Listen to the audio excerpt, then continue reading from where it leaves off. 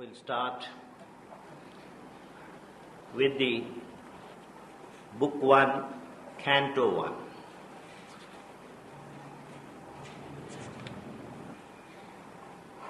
Many people have said that this is a difficult canto,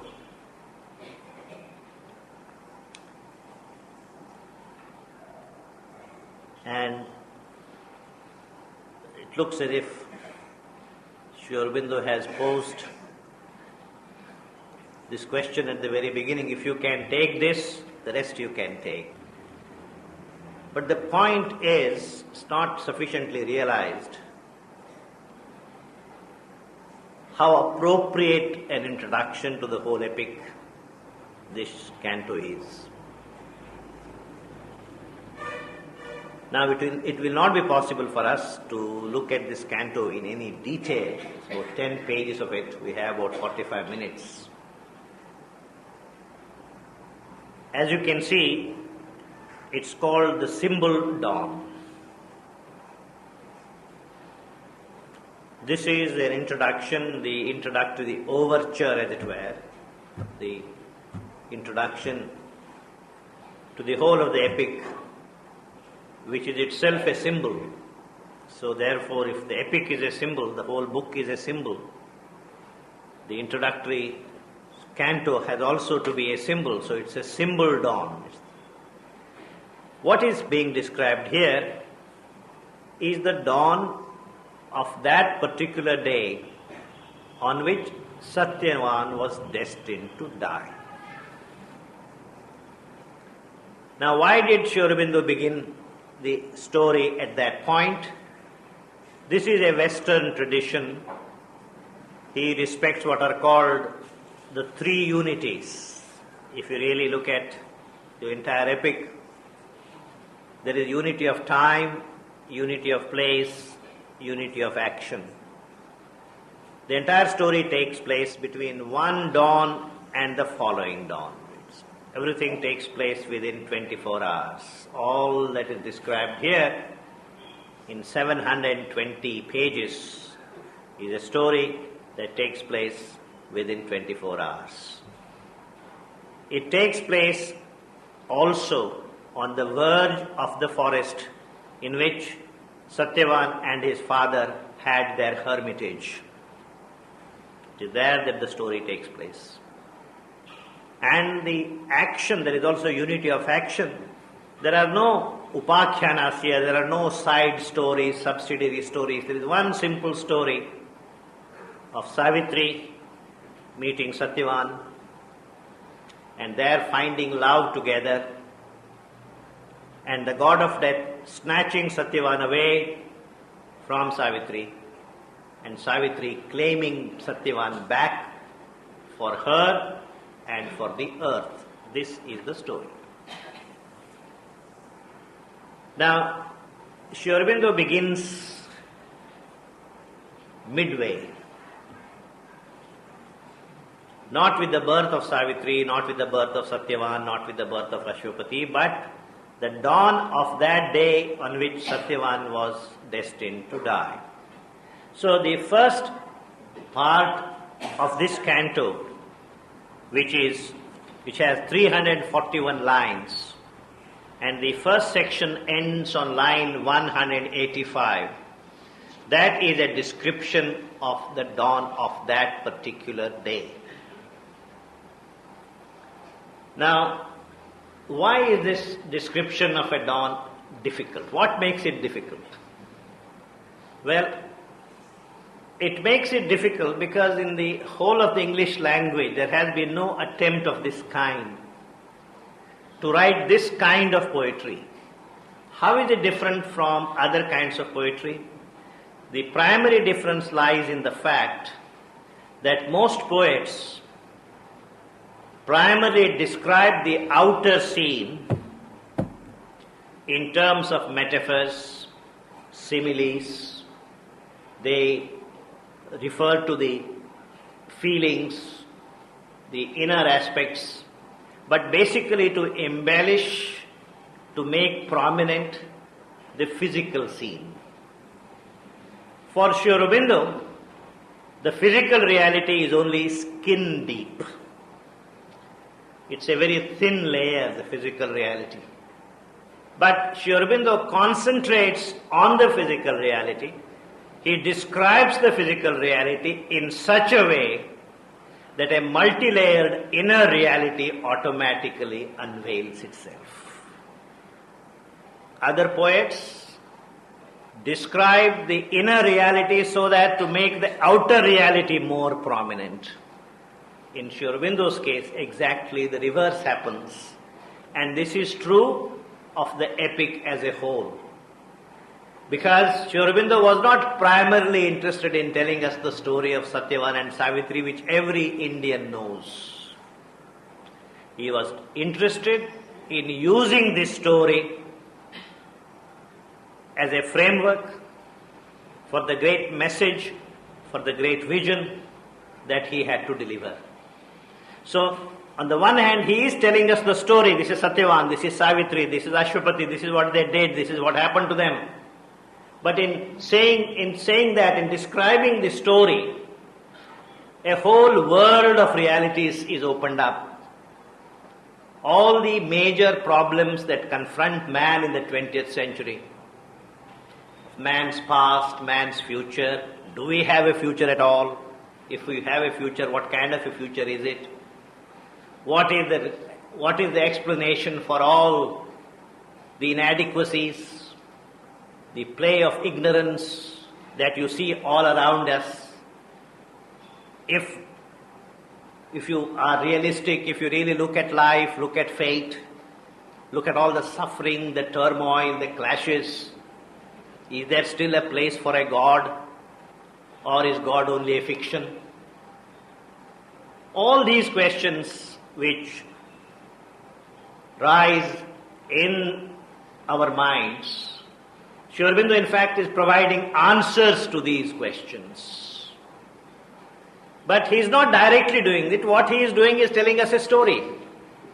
But telling us a story in such a way that this multi-layered symbolism behind the story gradually opens up. Exactly the same technique he is using in describing the dawn. The one level, what he is describing is something that happens between 4 a.m.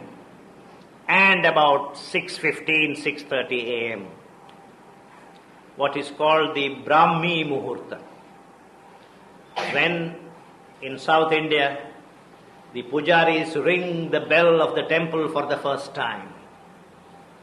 The belief is gods who were taking rest during the night are all up at that point and go back to resume their duties. Gods are the various powers that keep this world in harmony. There is a god for rain, there is a god for wind, there is a god for this, all these various gods supposed to, in the occult world, supposed to retire and they resume. So this is what is called Brahmi Muhurta. This is why the temple bell is rung at 4 o'clock early in the morning. And then it is at that time very pitch dark. As you know, the night is darkest just before dawn. And gradually, slowly, there is a glimmer of light in the eastern horizon, and slowly this glimmer becomes brighter and brighter and brighter. Then you see dawn with all its promise, with all its beauty, with all its glory, and then comes the day. So dawn is very simple, although not many of us have seen it in recent months. This is what it is. But in describing it, there are multi-layered dawns that he is talking about, depending on your sensitivity.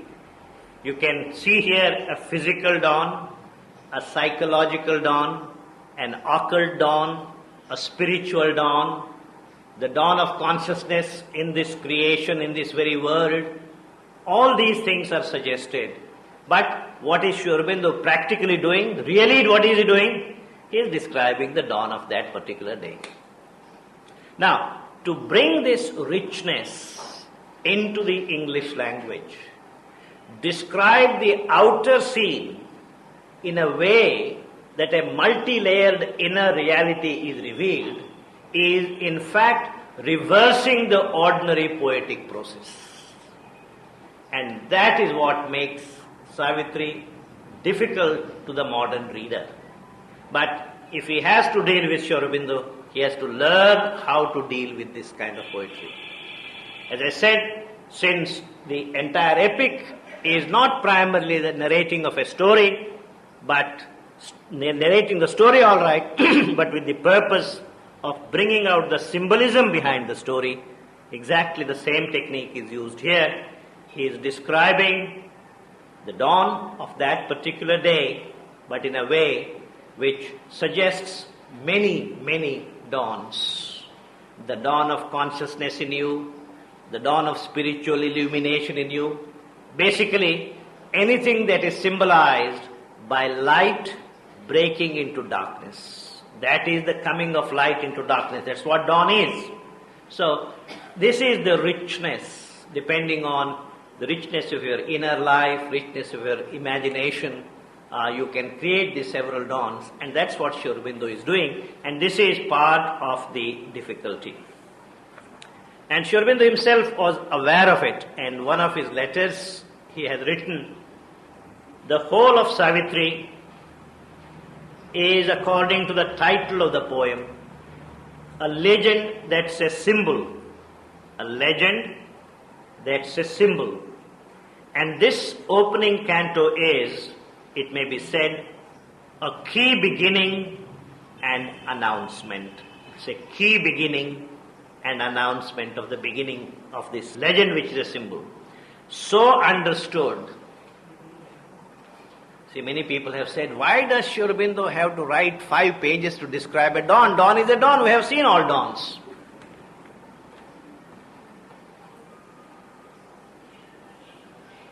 You don't have to read the poem. Nobody forces you to read this poem, so you just close it and go home and sleep.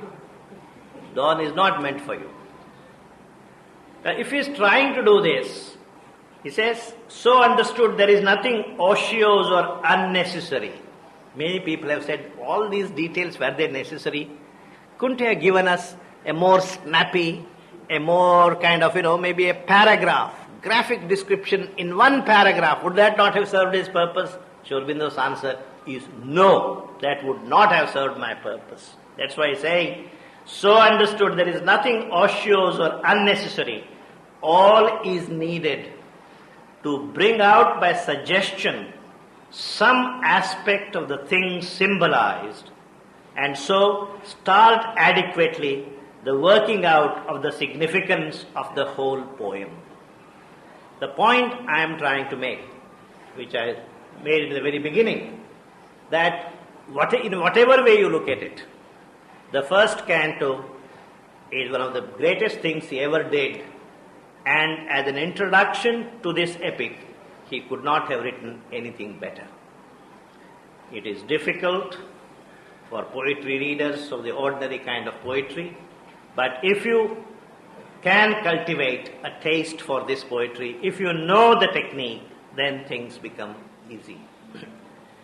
Now, as I said, there are 341 lines in this canto. It is in 2 parts. The first part ends on page 6, and second, of course, end of that on page 10, and the description of the dawn is the first part.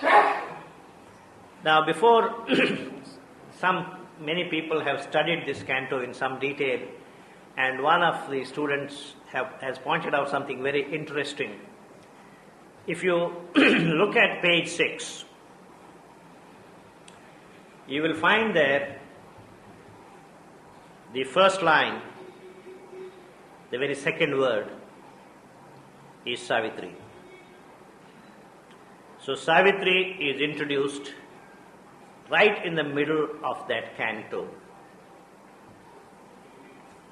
And if you look at the last line of that canto, there you have Satyavan for the first time.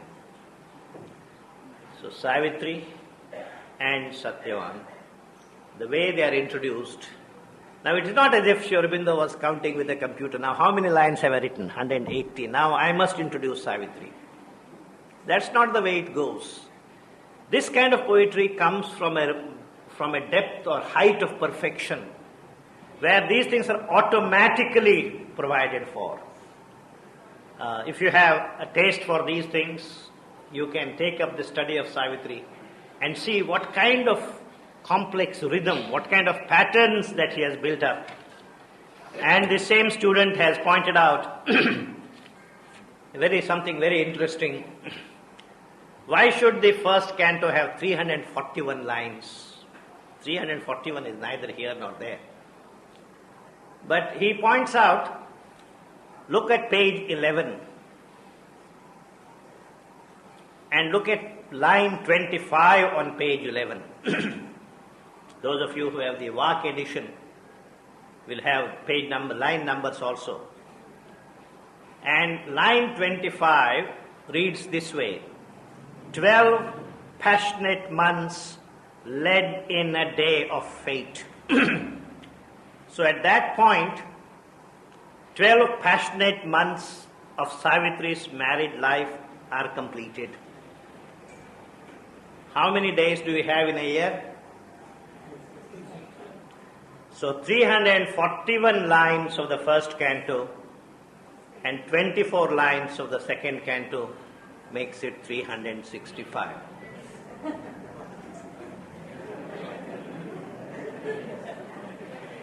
Now, this is not my contribution, I've read it. What I'm trying to say is people who have this kind of interest, you see, the point is people haven't read Sri Aurobindo carefully enough.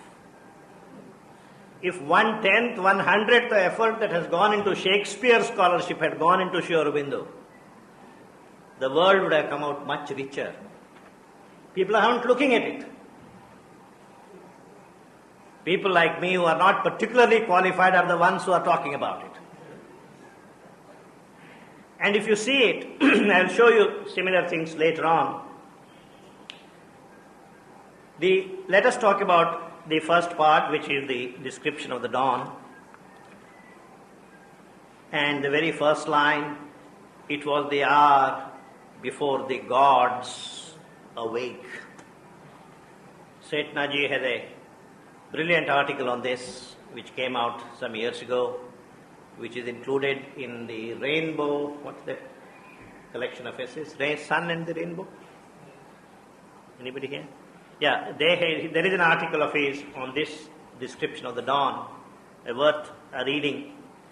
It was the hour before the gods awake. So we are talking about the hour, the time. Hour is the time, not 1 hour, it's the time, hour, before the gods awake. This is the Brahmi Muhurtam between 3:30 and 4. Immediately the poet takes you to that moment. And then from that point on, gradually the dawn begins to break. First, pitch darkness, which reminds you of the inconscient. Nothing can be seen. Absolute pitch darkness. Gradually, in this pitch darkness, there is a stir of aspiration. Now, aspiration is not associated with the dawn. Aspiration is associated with dawn in human consciousness. See how he transfers things. So there is this slight movement, slight disturbance. Then comes, after this, so from the inconscient, you move to the subconscient. From the subconscient, you move to ignorance. That's where we are, the world of ignorance. And from ignorance, you move to the world of the psychic being. From the psychic being to the spiritual being. To the spiritual being to the supramental being. So this is the progress, and somebody has pointed out that you can see this also in the structure of the description of the dawn. And what is interesting, these breaks come exactly after 30 lines. So the first section which begins, it was the hour before the gods awake. across the path of the divine event, the huge foreboding mind of night alone, in her unlit temple of eternity, lay stretched immobile upon silence march. He says, across the path of the divine event. What is the divine event? The divine event is the coming of the dawn, the coming of light. So across the path of the divine event, the huge foreboding mind of night alone, the huge foreboding night. Why is it foreboding? Well, even in the darkest of night, there is the awareness that after the night there will come the day. After the night there will come the day. So even in the very heart of the inconscient, there is this hope.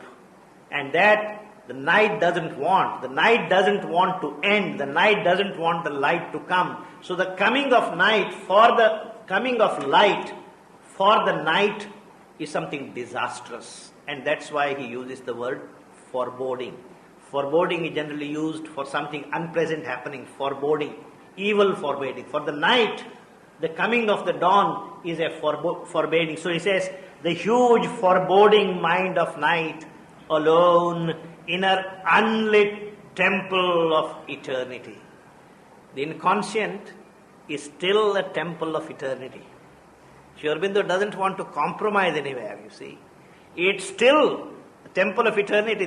There is nothing here but the divine. Even the inconscient is the divine, except that is inconscient, except that is unlit.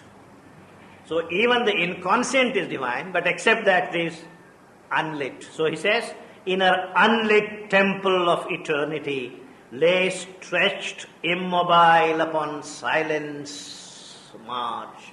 No sound has begun. No creation has come. In the Indian tradition, creation comes with sound, with Om. So even that hasn't yet begun. We are still in the margins of silence. Almost one felt opaque, impenetrable.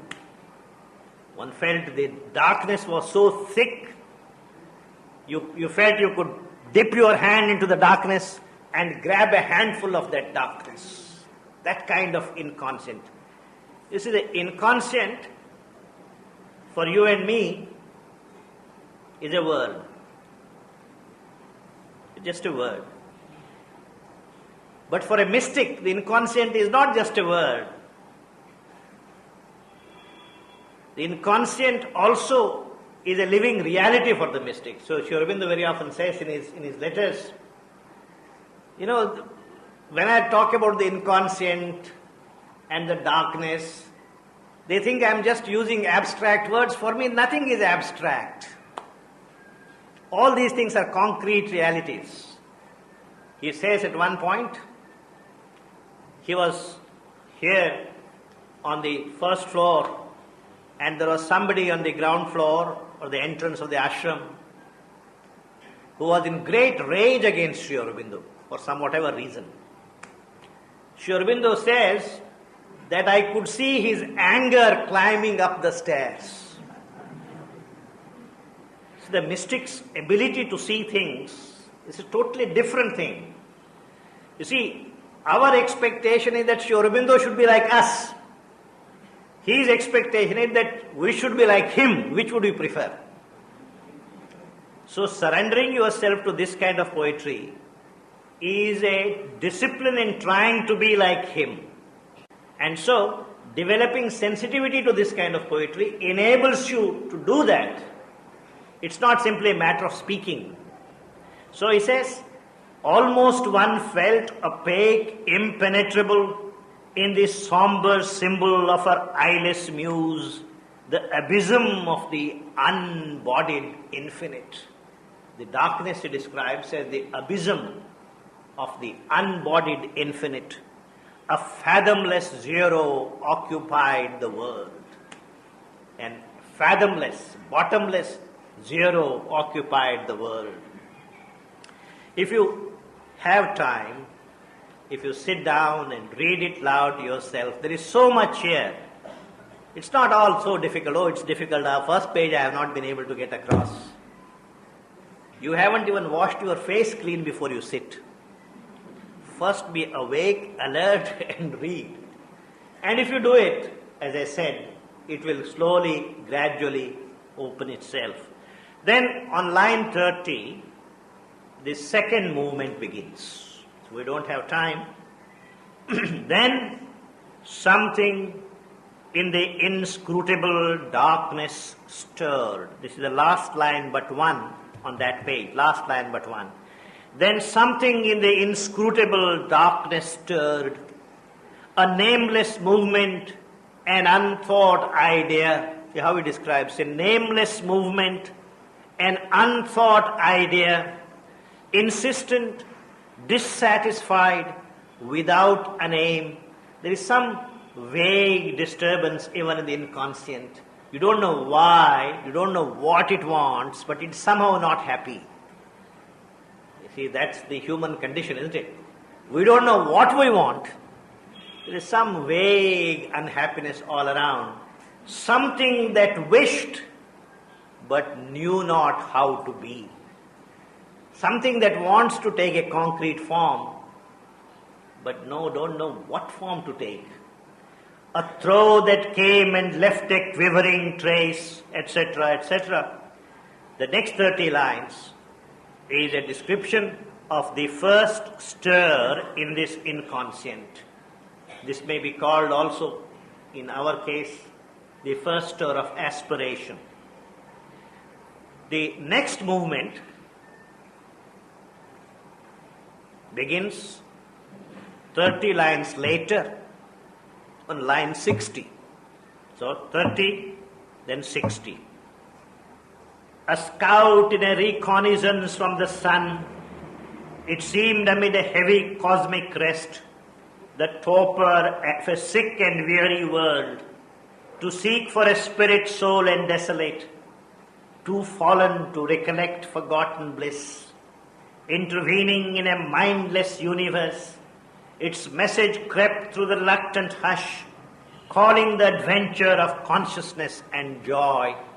Now this is the world of ignorance. The vital being, the mental being is getting ready for this adventure of consciousness. This entire world, the whole creation. What is it? If you ask Sri Aurobindo, what is this world? This is adventure of consciousness. Consciousness wants to manifest more and more fully. Matter, one form of consciousness, one form of God, wants to be fully awake. That's all this creation is all about. This is an adventure of consciousness. There is a book of this title, right? Adventure of Consciousness. Supreme's book. Calling the adventure of consciousness and joy, and conquering nature's illusioned breast. This is another stage. The disturbance in the sky has become more pronounced. Then the fourth stage, exactly 30 lines later, on line 90. A wandering hand of pale enchanted light that glowed along a fading moment's brink, fixed with gold panel and opalescent hinge, a gate of dreams ajar on mystery's verge. One lucent corner, windowing hidden things, forced the world's blind immensity to sight. Now, the darkness failed. How does the darkness go? The darkness failed and slipped like a falling cloak from the reclining body of a god. Darkness suddenly folded down, came down, like, as he says, like a falling cloak from the reclining body of a god. Then through the pallid rift that seemed at first hardly enough for a trickle from the sun, outpoured the revelation and the flame. All the glory of dawn begin to pour itself out. And then you have the next stage in the description. And where does it come? Exactly 30 lines later, on line 120. This is the fifth movement in the description of the dawn. Once more a tread perturbed the vacant fasts, infinity's center, a face of rapturous calm, parted the eternal lids that open heaven. Now, the next comes on line 150. So every 30 lines, Sri Aurobindo is making another movement towards the full revelation of the dawn. You can read it in grade, you can read it, come back and read it, how this description is built up. But there is one point I would like to draw your attention to, since we're running out of time. Even in describing this dawn, one could describe dawn in different ways. But Sri Aurobindo concentrates on one particular way. It's very interesting. He says the dawn comes like an avatar. Dawn is an avatar. Brings a new day, a new opportunity. She is bringing all these gifts and willing to pour them down on man and on earth. But what happens? Dawn finds the earth is not ready. So, you have here on page 4, 5 lines from the bottom. All grew a consecration and a rite.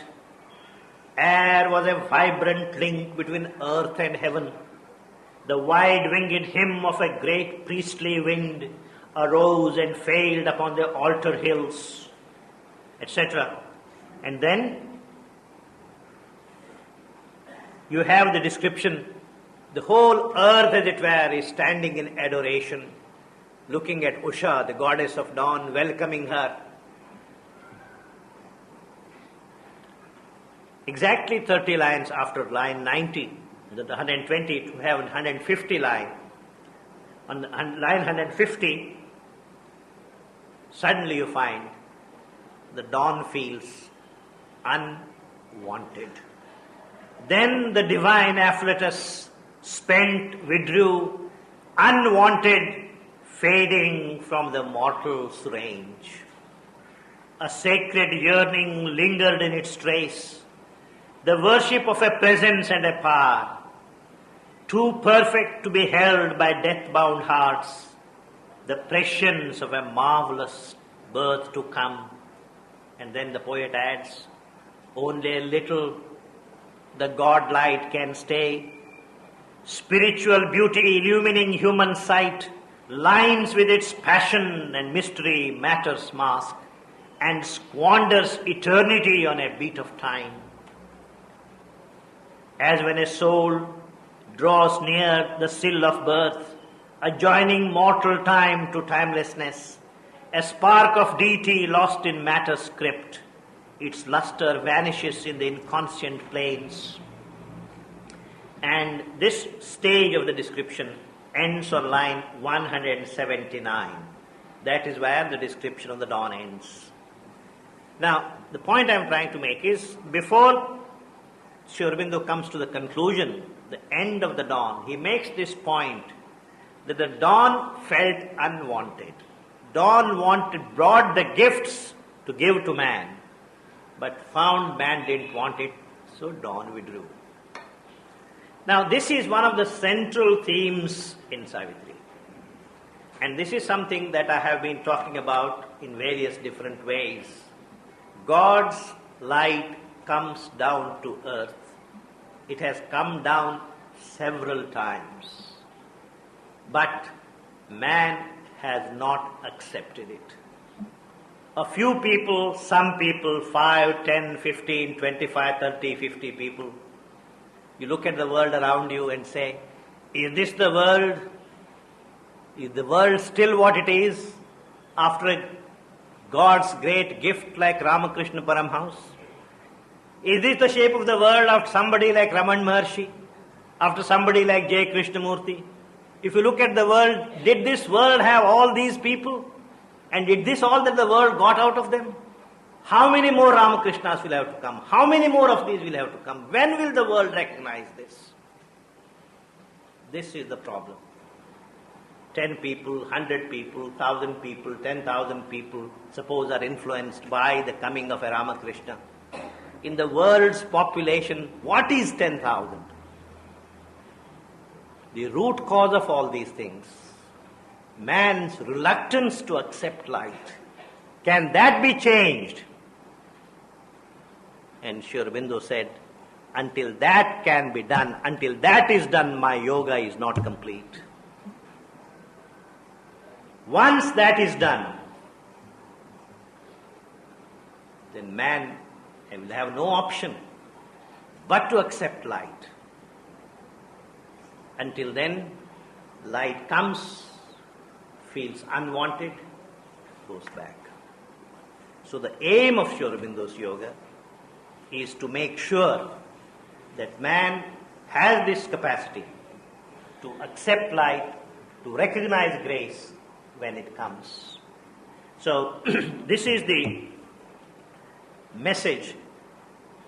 This is the, even here in the description of the dawn, so as you can see, this is not only an appropriate introduction to the epic from the point of view of technique, but also thematically. The avatar comes and the avatar is rejected. As I read out the passage, vain is the sage's light, avatars have come and gone. Basically, the human nature hasn't changed. 2,500 years ago, Gautama the Buddha walked on this earth. 2,500 years ago, modern science began in a very elementary way in the Greek city-states. Look at the tremendous progress we have made in science. As I said, we can go to the moon for the next holiday and come back. That's the progress we have made. But how many Buddhas have we produced in the 20th century? 100, 500? Why is it we are still where we are, in spite of all the avatars, in spite of all the good people, in spite of all the saints? What is missing? That was Sri Aurobindo's quest. That was his life's mission. He didn't want him to be accepted as a guru. He didn't want a band of people who are ready for nirvana. He wanted a handful of people who are willing to give all they are so that they can be recipients of the new consciousness. And once this consciousness finds lodging here in human instruments, the human being will automatically change.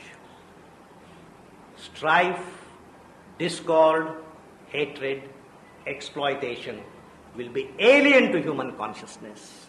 This is the attempt that he has behind it. Not writing of books, not writing of poetry, not setting up a ashram. All these are preliminary. All these are necessary for this ultimate cultivation, a new race of human beings who are capable of receiving this glory, this light, so that grace from heaven is not rejected. Now, the second part of it basically is a description of Savitri, and since I have received this green card, blue card, I don't know how far I should go. The same point he makes here on page 7, middle of page 7. Hard is it to persuade earth nature's change. Hard is it to persuade earth nature's change. Mortality bears ill the Eternal's touch. Mortality bears ill the Eternal's touch. It fears the pure divine intolerance of that assault of ether and of fire. It murmurs at its sorrowless happiness, almost with hate, repels the light it brings. It trembles at its naked power of truth and the might and sweetness of its absolute voice. inflicting on the heights the abysm's law. It sullies with its mire heaven's messengers.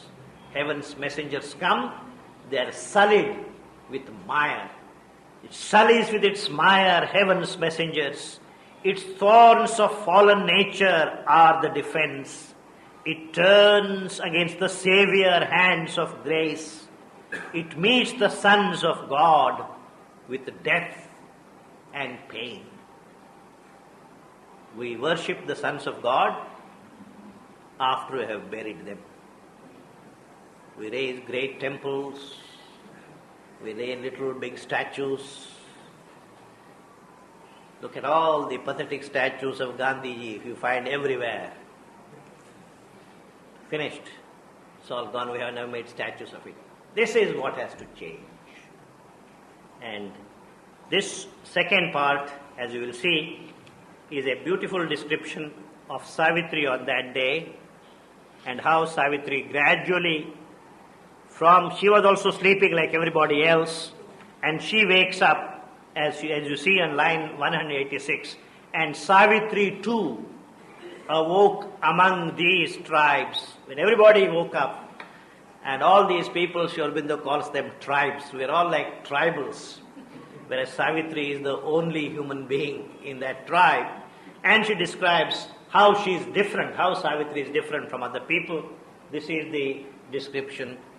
You can read it for yourself. We have to be brief here. We can't go on and on. But as I said, I would like to leave you with this word, that this canto is a wonderful description, a wonderful overture, a wonderful introduction beginning for a wonderful epic. Thank you.